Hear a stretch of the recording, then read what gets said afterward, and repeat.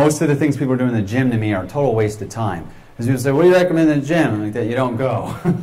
Unless it's a gym that looks like it's from 1909 that had medicine balls and rope things to climb and things that actually require your body to move in 3D space at multi-angles and multiple speeds, because that's how we move. Think about it this way. We sit on fixed axis machines. Okay, what's doing the core stabilization for you there? The machine. It's bolted to the ground. Is your core working? It's shutting way off. That ain't working. The core works on a reflexive basis. Babies really don't do a lot of core work other than starting to really explore their environment, and so they're training their core, but the core works on a reflexive basis. It's not something that you totally voluntarily train, although you can do exercises to turn things on. But there's a difference between strength and stability, and we'll get into that a little bit later, and the difference between core strength and core stability and why it matters and how to train each one correctly. So I can't stress this enough. Train movements, not muscles. If you go in the gym, it's just going from one machine to the other machine to the other machine, you're not going to get a lot of benefit out of it. And here's what I find. The guys tend to be a little bit more guilty than this than the females. I get a lot of desk jockey guys.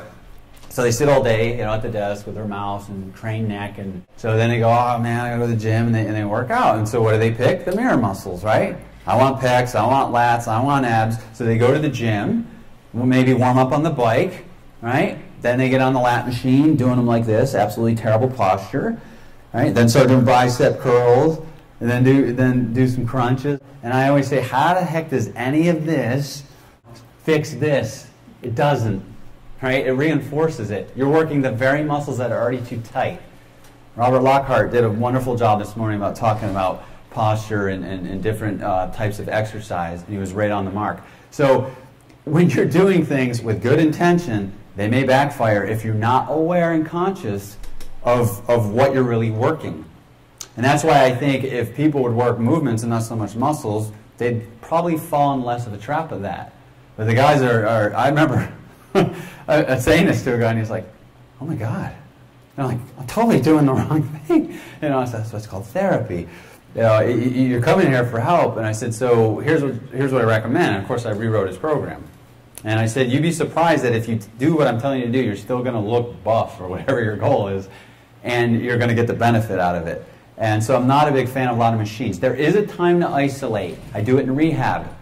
Okay, I got rehab patients who have very weak muscles, even flaccid, and there's a time that I use isolation exercises, and just to get the muscles to turn on. Because there's some kind of principle that we have to respect, that in order to change the size, shape, or strength of a muscle, it first has to be working correctly.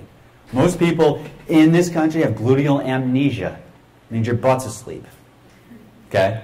And so I can look at somebody and usually see it because they'll be flat back here. It's kind of like this side of your butt's curvy, and the other one's kind of like flat. And I actually need to work on somebody later who's got that, that I was talking to about. Gluteal amnesia is a big issue because of the way people train, and that's part of it. So what I have to do is turn their butt back on.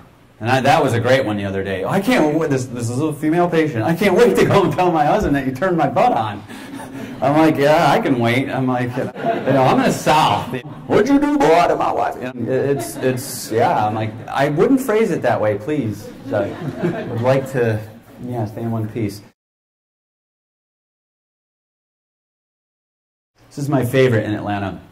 And I'm a little bit north of Atlanta, but 5 p.m., 104 degrees with a heat index, rush hour traffic, recently paved road, hot smoking asphalt, mercury, lead, cadmium, junk spewing in the air, and someone's running down the road during that time. I'm like, what is wrong with you? You know, why would you not go to a park and get fresh air? And I just never understood that one. But so I get to analyze people not only all day long in the clinic, then on the way home. Weak glutes, unstable ankle on the left. It's because you're in work mode still on the way home. I'm just like, hey, more patience, right?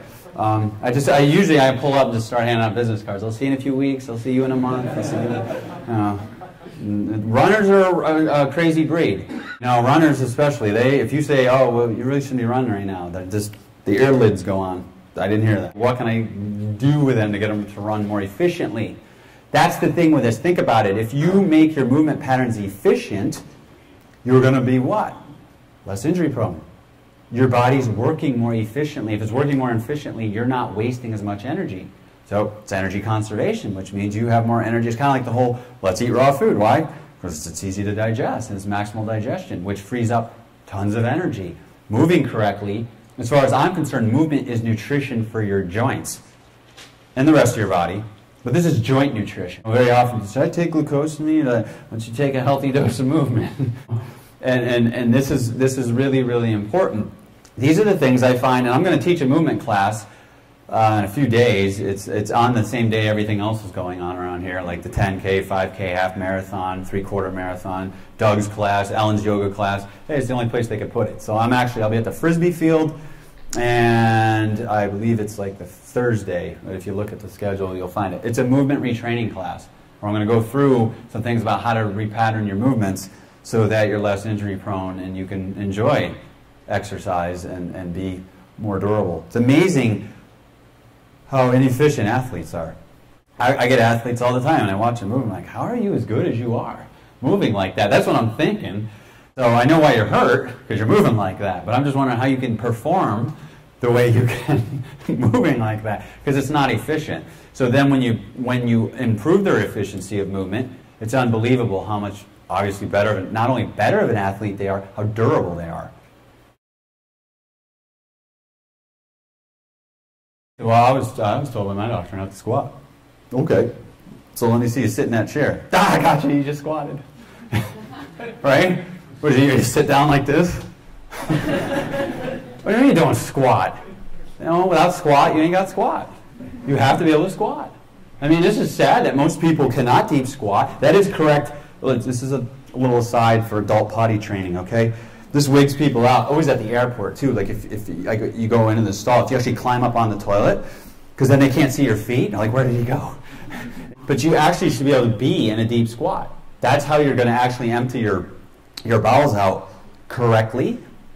You know, so I call this adult potty training, right? Because most people don't know that, so they're in these other weird postures trying to move, and they're straining. It's not a good thing.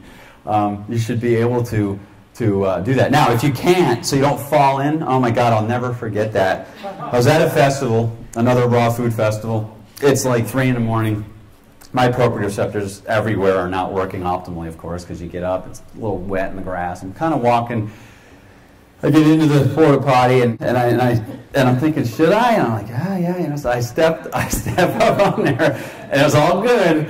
You know, and I went to step, and my foot slipped. Like, it went like that. By the grace of God, I reached back, and I was just able to like grab something, and I didn't step in. But I mean, I could only imagine that one just coming out with all that blue stuff all over. And I'm like, hey, what's up, man?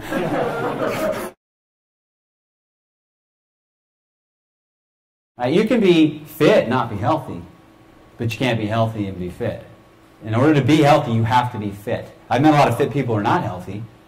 Right? They're fit. You go out and ask them to sprint or run or lift, you know, a heavy weight. They can do it. That's a sign of fitness. Right? They're either strong or but that doesn't mean they're healthy. But in order to be healthy, you have to be fit.